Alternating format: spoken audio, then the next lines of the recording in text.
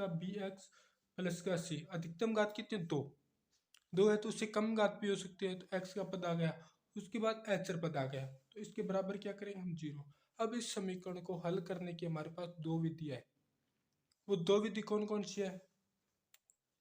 एक तो गुणनखंड विधि,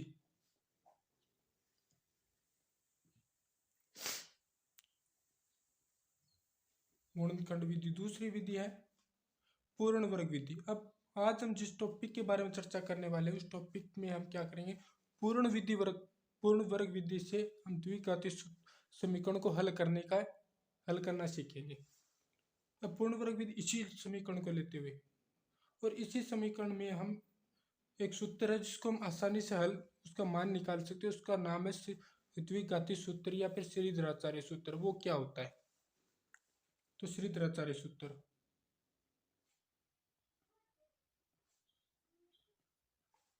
या द्विघाती सूत्र, यानी घात कितनी है, 2, यानी जिसकी अधिकतम घात 2, उसको हल करने का जो सूत्र है उसको हम सिद्ध करेंगे।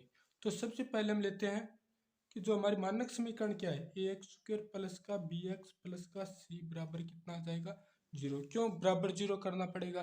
क्योंकि हमें एक्स का मान ज्ञात करने के लिए बराबर में कोई ना कोई तो चीज़ लेनी पड़ेगी, और वो हम क्या लेते हैं, 0 लेते हैं।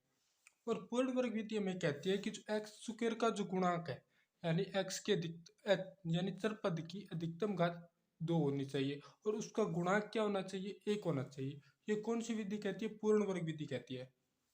पूर्ण वर्ग विधि में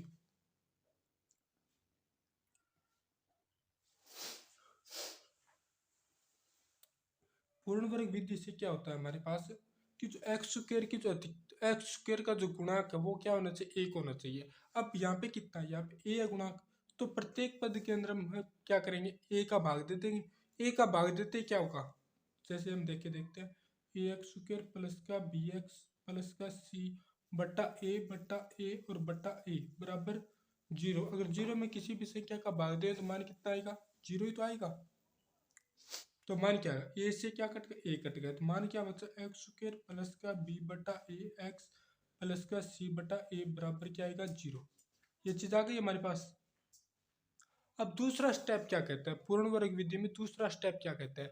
अब दूसरा स्टेप ये कहता है कि जो एक्स का जो गुणांक आया है, अब यहाँ पे एक्स का गुणांक किया बी बटा ए, उसको क्या करो, उसका आधा कर दो। आधा करने के पश्चात उसको एक्स का गुणांक का आधा करने के पश्चात दोनों तरफ जोड़ दो। एक मिनट दोबारा देखते हैं इस क्वेश्चन को। इसको इस प्रकार भी तो लिख सकते हैं हम, एक्स स्क्वायर प्लस का बी बटा ए एक्स बराबर क्या लिख सकते हैं, माइनस का सी बटा ए। ये इस साइड चला जाएगा, सी बटा ए इस साइड चला जाएगा, तो ये यहाँ पे प्लस का इस साइड जाते ही किसका हो जाएगा, माइनस का हो जाएगा। ठीक, ये चीज आ गई। अब क्या करो, बी एक्स का गुणा का आधा कर दो। बी बटा एक्स का गुणा का हमारे पास बी बटा ए, और बी बटा ए का आधा कितना हो जाएगा, बी बटा 2a। इसका स्क्वायर करके दोनों तरफ जोड़ दो, तो हम एक्स के गुणांक के आधे का वर्ग,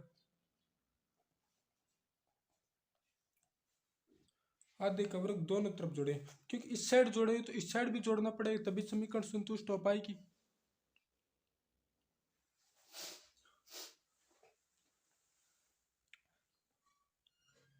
अब x के गुणा का आधा कितना हो जाएगा, यहाँ पे x का गुणा का बी बटा ए, और बी बटा ए का आधा कितना हो जाएगा, बी बटा 2a। तो एक्स स्क्वायर प्लस का बी बटा ए एक्स प्लस का, यहाँ पे प्लस का चिन्ह है तो हमें जोड़ना है, ये चीज ध्यान रखनी है। तो बी बटा 2a का होल स्क्वायर, ये चीज आ गई। बराबर क्या बचा हमारे पास, यहाँ पे सी बटा ए है, सी बटा ए प्लस का कितना जोड़ना है, बी बटा 2a का होल स्क्वायर, ये चीज आ गई ना हमारे पास। अब इस साइड देखो, ये किसका सूत्र बना, ये सूत्र बना किसका, एक्स प्लस का बी बटा 2a का होल स्क्वायर। कर सकते हैं क्या इसको, एक्स प्लस बी बटा 2a का होल स्क्वायर कर सकते हैं क्या इसको, एक्स स्क्वायर का एक्स स्क्वायर आ गया। अब एक्स प्लस का वाई को अगर हम हल करके देखेंगे तो उसका मान आएगा एक्स स्क्वायर प्लस का वाई स्क्वायर प्लस का 2xy, ये चीज आती है। एक्स का एक्स स्क्वायर हो गया, बी बटा 2a का होल स्क्वायर आ गया। अब इसको 2 से गुणा कर दो, 2 से गुणा करेंगे तो बी बटा 2a गुणा 2 कितना हो जाएगा, बी बटा ए। अगर उसको एक्स से गुणा करें तो ये पद आ जाएगा, नहीं आ जाएगा, आ जाएगा। तो हम इसको इस टाइप लिख सकते हैं, बराबर क्या आएगा, यहाँ पे माइनस का है, माइनस का सी बटा ए प्लस का बी का स्क्वायर, बी बटा 2a का होल स्क्वायर करें तो बी का स्क्वायर बटा 4a स्क्वायर, ये चीज आ गई। तो इसको अलग पेज पे लिख लेते हैं एक बार।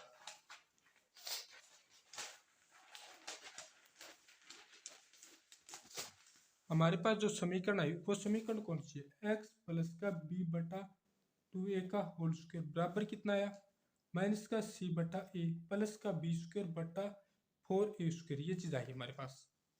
ठीक है, अब ये तो हमारा हल हो गया। अब हल किसको करना है, बराबर वाले को।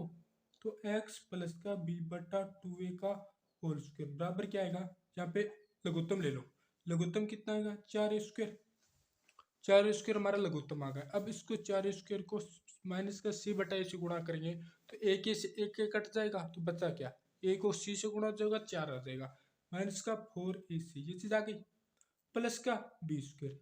ठीक, ये चीज आ गई। अब x प्लस का b बटा 2a का होल स्क्वायर बराबर कितना आ गया, b स्क्वायर माइनस का 4ac बटा 4a स्क्वायर, इसको पहले लिख दिया और इसको बाद में लिख दिया, माइनस का और ये प्लस का, ये चीज आ गई। अब आगे स्टेप क्या होगा, अब यहाँ पे है स्क्वायर, स्क्वायर को हटाएंगे तो क्या करेंगे, वर्गमूल लेंगे। तो इसको वर्गमूल लेने के लिए क्या करें, यहाँ पे वर्गमूल लग जाएगा, तो x प्लस का b बटा 2a बराबर कितना आ जाएगा, plus minus b square minus का 4ac बटा 4a स्क्वायर, ये चीज आ गई। ठीक, अब एक चीज देखो, बी स्क्वायर माइनस का 4ac का वर्गमूल तो वर्गमूल चल रह जाएगा। अब 4 का वर्गमूल कितना आता है 2 और a स्क्वायर का a, ये चीज लिख सकते हैं ना। अगर इसको हल करेंगे तो हल करने के बाद आएगा x प्लस का b बटा 2a बराबर कितना आ जाएगा, प्लस माइनस, क्योंकि प्लस माइनस क्यों आया, क्योंकि प्लस का स्क्वायर भी प्लस का इस टाइप से देखो, माइनस एक का स्क्वायर भी कितना होता है एक होता है और एक का स्क्वायर भी कितना होता है एक होता है, ये चीज़ होती है कि नहीं होती, तब यहाँ पे प्लस माइनस लिया है। अब इसको हल करेंगे तो बी स्क्वायर माइनस का 4ac बट्टा 4 का वर्गमूल 2 और ए स्क्वायर का वर्गमूल ए, ये चीज़ आ गई। अब हमें मान किसका चाहिए, मान चाहिए हमें एक्स का, तो एक्स का मान चाहिए तो एक्स को एक साथ रख लो और बाकी को अलग भेज दो। तो यहाँ पे एक्स का पद है, यहाँ पे नया क्या कोई पद, तो एक्स का कोई पद नहीं है, तो इसको एक्स को एक साथ रखो, बराबर क्या आएगा। अब एक्स का एक साथ रख लिया तो यहाँ पे बी बटा 2a प्लस का है या माइनस का, तो यहाँ पे प्लस का है तो बराबर में जाते किसका हो जाएगा, माइनस का हो जाएगा। तो माइनस का बी बटा 2a plus minus b square minus का 4ac बटा 2a, ये चीज़ आ गई। अब ये चीज़ हमारे हमारे यहाँ तक आ गई, अगर यहाँ तक समझ में आ गया ना तो आगे तो लघुत्तम लेके ही हल करना है। तो x का मान क्या आ गया, माइनस का b बटा 2a plus minus under b square minus का 4ac बटा 2a, ये चीज़ आ गई।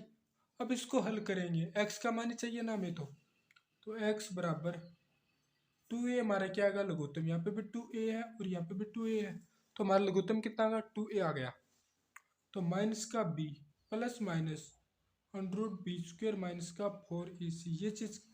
अब ये जो सूत्र हमें निश्चित किया है वो किसका सूत्र है, वो सूत्र है द्विघात समीकरण को पूर्ण वर्ग विधि द्वारा हल करेंगे, कोई भी द्विघाती समीकरण हो उसको पूर्ण वर्ग विधि द्वारा हल करेंगे तो हमारे पास ये सूत्र आएगा। और ये सूत्र का प्रयोग एक बार प्लस लेके हल कर लेंगे और एक बार माइनस लेके हल कर लेंगे, जैसे x बराबर माइनस का b प्लस का बी स्क्वायर माइनस 4ac बटा 2a, एक बार प्लस ले लिया, दूसरी बार क्या लेंगे माइनस ले लेंगे, तो मान कितने निकल जाए 2, यानी किसी भी समीकरण की अधिकतम घात जितनी होगी ना मान उतने ही निकलेंगे। x बराबर माइनस का b प्लस, पहले माइनस प्लस ले लिया माइनस लेंगे, बी स्क्वायर माइनस 4ac बटा 2a, ये चीज़ आ गई क्या समझ में। अगर यहाँ तक समझ में आ गया तो ये जो सूत्र है इसी को सूत्र को क्या बोलते हैं, श्रीधराचार्य सूत्र बोलते हैं।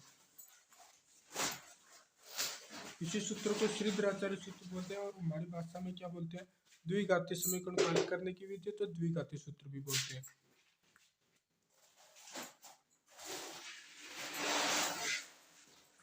तो थैंक यू दोस्तों। आज का टॉपिक हमारा यही कंप्लीट होता है। इसको अगर हल ये जहाँ तक आ गए ना, तो उससे आगे हमें ए बी सी के मान ही रखने, उसके बाद उसका वर्गमूल लेके हल करना है, बाकी हमारा रिजल्ट आ जाएगा इससे।